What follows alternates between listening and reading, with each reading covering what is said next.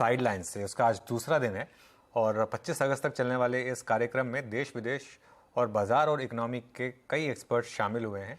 India rising nation on the move theme पर चल रही इस कॉन्फ्रेंस में निवेशकों और कॉर्पोरेट्स का जोश काफ़ी हाई है। इस पर चर्चा के लिए अब हमारे साथ मोतीलाल ओसवाल के equity research head Gautam Duggar जुड़ गए हैं। Gautam, good afternoon. मैं सुबह देख रहा था, काफ़ी हलचल थी और अभी भी दिख रहा है आपके पीछे काफ़ी हलचल है। बताइए किस तरीके का मूड माहौल रहा आज और क्या बुलिश हैं आप ये 2 दिन की कॉन्फ्रेंस के बाद, एटलीस्ट पहले 2 दिन की कॉन्फ्रेंस के बाद? हाय अनुज, गुड आफ्टरनून। जैसा कि आपने कहा है, काफ़ी हलचल रही है।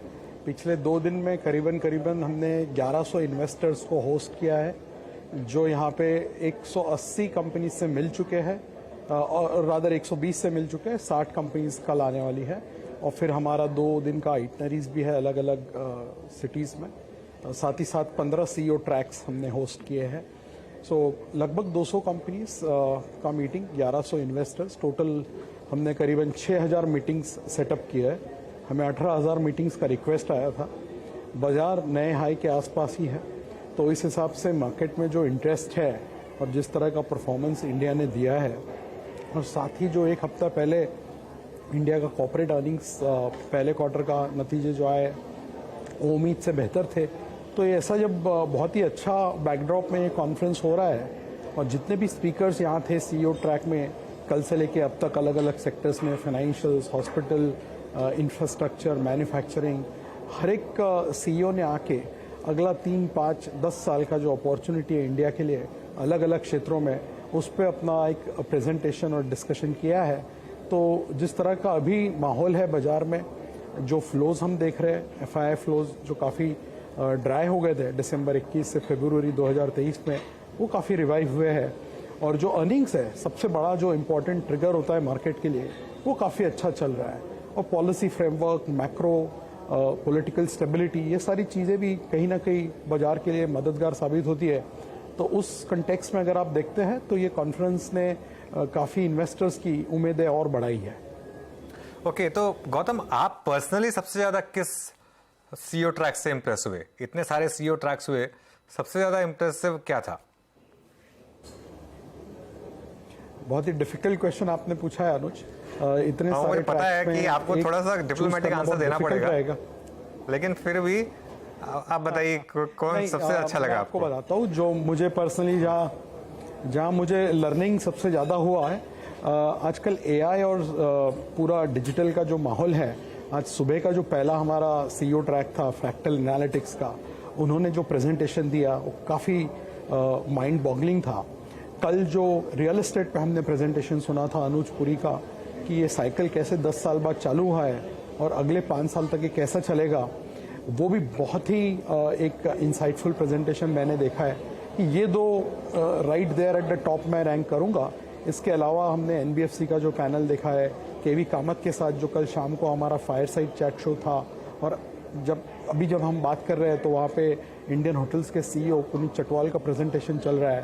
सो लाइक आई सेड, बहुत डिफिकल्ट है चूज करना, but if I have to choose I would say जो फ्रैक्टल एनालिटिक्स का आज सुबह का जो प्रेजेंटेशन था AI को लेके और ओवरऑल अपॉर्चुनिटी, उन्होंने अगले 20-25 साल की बात कही है। और साथ ही साथ इंफ्रास्ट्रक्चर को लेके सुधांशु मनी जी ने भी आज बात की हमारे यहाँ पे।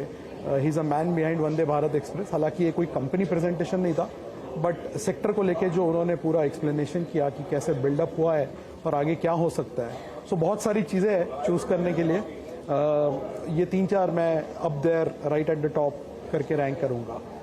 कुछ ही देर में हम पुनीत चटवाल सर से इस मंच पर भी रूबरू होंगे।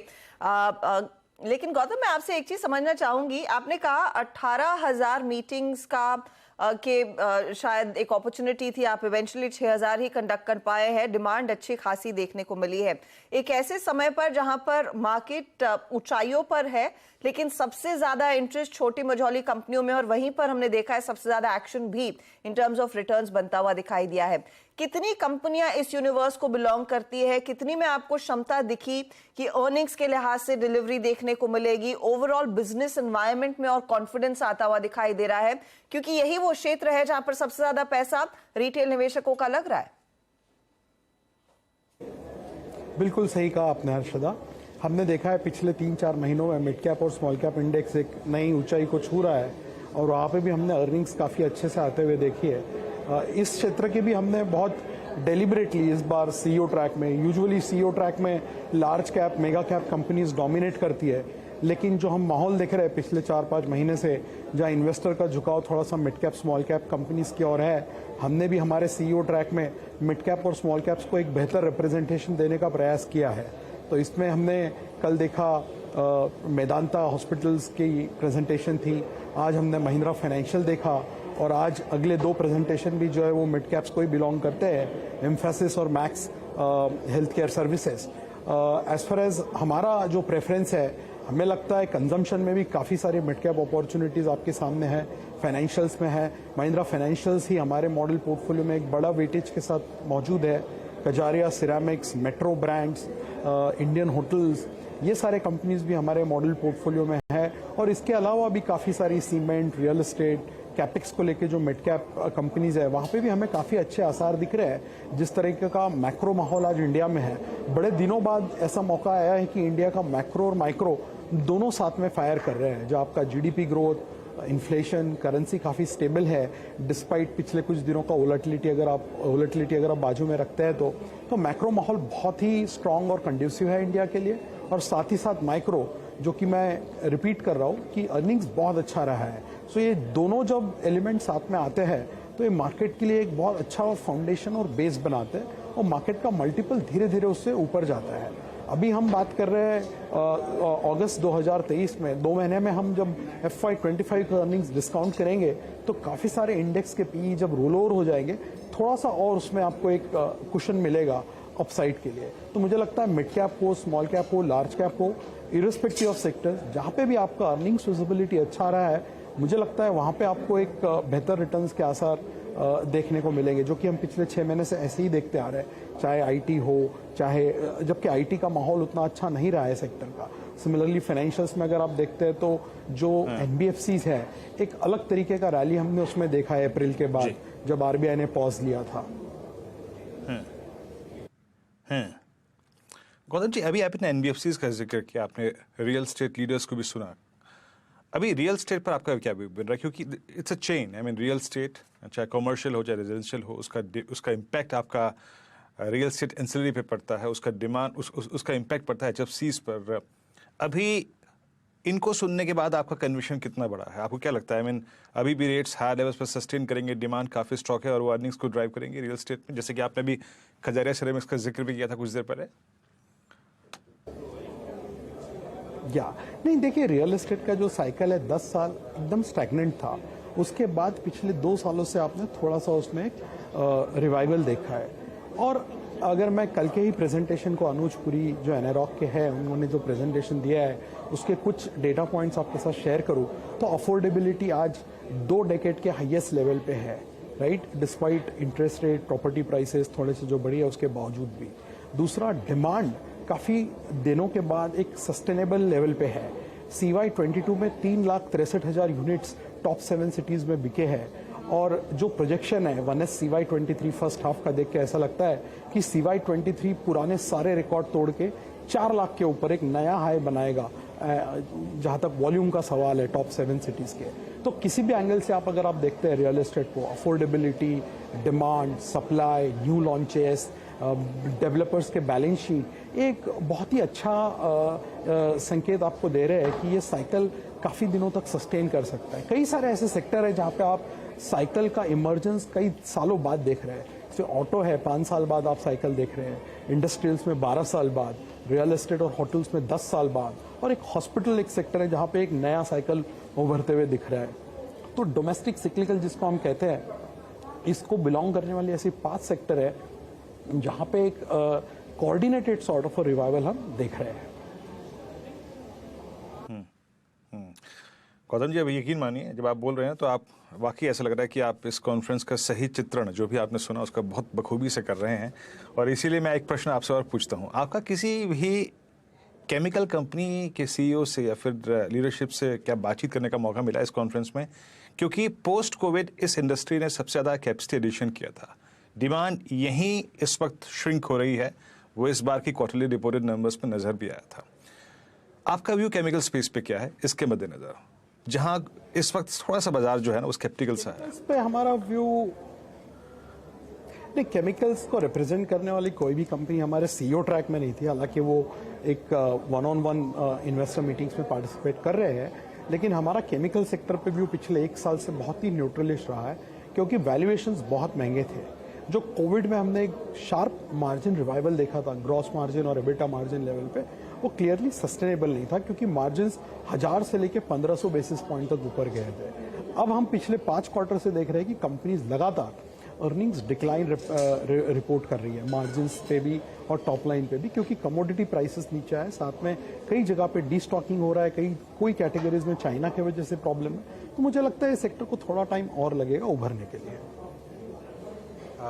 तो गौतम फिर नेट अब मार्केट पर आपका क्या व्यू है? क्योंकि आज सुबह मैं रामदेव जी से भी यही सवाल पूछ रहा था, जिस तरीके का मिड कैप मार्केट रहा है और जिस तरीके की बुलिशनेस रही है, प्रमोटर्स भी बुलिश, इन्वेस्टर्स भी बुलिश, रिटेल भी बुलिश, क्या थोड़ा सा भी डरने की ज़रूरत है, खासतौर से जो मिड कैप इंडेक्स है और इतने प्रीमियम पर अब इस समय मिड कैप इंडेक्स ट्रेड कर रहा है? अनुज, डरने से बेहतर वर्ड होगा थोड़ा कॉशियस रहने की जरूरत है, बिकॉज आप क्या खरीद रहे हैं वो बहुत ज़्यादा जरूरी है। हालांकि निफ्टी इंडेक्स आज भी अपने लॉन्ग पीरियड एवरेज पे है, और आपने एकदम सही कहा है, मिड कैप इंडेक्स में एक पिछले 3-4 महीने में जो बढ़ोतरी हुई है, और कुछ स्टॉक्स, कुछ सेगमेंट 30-30, 50-50, 70-70 टका चले हैं, जिनके वैल्यूएशन सब अगले 2-3 साल के अर्निंग्स ऑलरेडी डिस्काउंट कर रहे हैं। So instead of blanket statement मैं यह बोलूँगा कि आप जो स्टॉक खरीद रहे हैं उसके फंडामेंटल्स, उसके overall balance sheet, capital efficiency ratios और अर्निंग्स विजिबिलिटी, ये 3 चीज पे सजग रहने की बहुत ज़्यादा ज़रूरत आज है, जो कि मे बी 3-4 महीना पहले आप कुछ रिस्क ले सकते थे वहाँ पे। बट अब जब स्टॉक 40-50 टका बढ़ चुके हैं, इस समय आपको फंडामेंटल्स को लेके बहुत ज़्यादा सतर्क रहने की ज़रूरत होती है, स्पेशली सेगमेंट्स जहाँ पे बहुत ज़्यादा पॉपुलैरिटी रही है, जैसे डिफेंस है, इलेक्ट्रॉनिक मैन्युफैक्चरिंग स्पेस है, और कुछ अलग अलग इंडस्ट्रियल्स में जो मिड कैप्स में हमने रैली देखी है पिछले 3-6 महीने में। मैं ज़रूर कहूँगा कि उन सेगमेंट्स में आपको बहुत ही कॉशियस रहने का ज़रूरत है। हालांकि लार्ज कैप में आज भी बहुत वैल्यू है। तो मेरा जो मार्केट पे व्यू है, जो आपने स्टार्टिंग में पूछा, वो यही है कि आज के भाव पे यहाँ से मुझे लार्ज कैप में ज़्यादा वैल्यू दिख रहा है, रिस्क रिवॉर्ड वहाँ पे ज़्यादा फेवरेबल दिख रहा है, क्योंकि निफ्टी आज भी 18.5-19 टाइम है, और 3 महीने बाद जब हम FY25 डिस्काउंट करना चालू करेंगे, जहाँ 1140-1150 का EPS है, वहाँ पे वैल्यूएशन 17-17.5 टाइम हो जाएंगे 3 महीने बाद। तो मुझे लगता है लार्ज कैप आज आपको एक बेहतर वैल्यू ऑफर कर रहा है। कुछ देर पहले आपने मेंशन किया कि सुधांशु मनी ने आज दरअसल एक प्रेजेंटेशन रखा, और हम सब जानते हैं कि वंदे भारत ट्रेन्स के पीछे जो एनिग्मा क्रिएट किया गया है उसमें उनका बड़ा हाथ है। रेलवेज एक स्पेस है जो काफी हॉट रहा है, यहाँ पर काफी पैसे लगे भी हैं निवेशकों के। अब आई एम श्योर उनकी टॉक में कुछ बड़े टेकअवेज आए होंगे। गौतम, आपका नजरिया क्या बन रहा है? रेलवेज कितनी बड़ी अपॉर्चुनिटी रह सकती है एक रिटेल निवेशक की या फिर एक फंड मैनेजर के लिए यहाँ से आगे? जी देखिए अर्शदा, रेलवेज में हमारा अभी कवरेज नहीं है इंडिविजुअल स्टॉक पे, तो स्टॉक पे मैं कोई व्यू नहीं दे पाऊंगा। इतना जरूर कहूंगा कि जो टॉप डाउन अपॉर्चुनिटी है मैक्रो लेवल पे, जो जिस तरह का कैपेक्स इंफ्रास्ट्रक्चर इन्वेस्टमेंट गवर्नमेंट कर रहा है, चाहे वंदे भारत हो या फ्रीट रिलेटेड जो भी कैपेक्स हो रहा है, मुझे लगता है अगला 5-10 साल रेलवे के लिए बहुत अच्छा रहेगा। पिछला 5 साल ऑलरेडी बहुत अच्छा रह चुका है, अगला 5-10 साल भी बहुत अच्छा रहेगा। सिर्फ जैसे कि मैं अनुज के पिछले क्वेश्चन का आंसर दे रहा था, आप किस स्टॉक में निवेश कर रहे हैं, ये आपके लिए बहुत ज़रूरी है, क्योंकि उसकी वैल्यू क्या है, उसका वैल्यूएशन क्या है, अर्निंग्स कैसे आएंगे, और ऑलरेडी कितना जो अपसाइड है वो फैक्टर इन है आज के वैल्यूएशन में, वो देखना बहुत जरूरी रहेगा। अदरवाइज जो मार्केट अपॉर्चुनिटी है, टॉप डाउन व्यू है, गवर्नमेंट का जो पुश है, चाहे आप PLI ले लो, चाहे आप आत्मनिर्भर भारत ले लो, जिस तरह का कैपेक्स स्टेट और सेंट्रल गवर्नमेंट मिलकर कर रहे हैं, इसमें कोई डाउट नहीं है कि आगे 5-10 साल रेलवे सेक्टर के लिए बहुत अच्छे रहेंगे। स्टॉक पे आपको हालांकि stock by stock bottoms up अलग से देखना पड़ेगा, कहाँ पे रिस्क ज़्यादा है, कहाँ पे रिवॉर्ड ज़्यादा है। गौतम, बहुत बहुत शुक्रिया आज हमारे साथ जुड़ने के लिए, और बाकी की कॉन्फ्रेंस के लिए आपको ऑल द बेस्ट।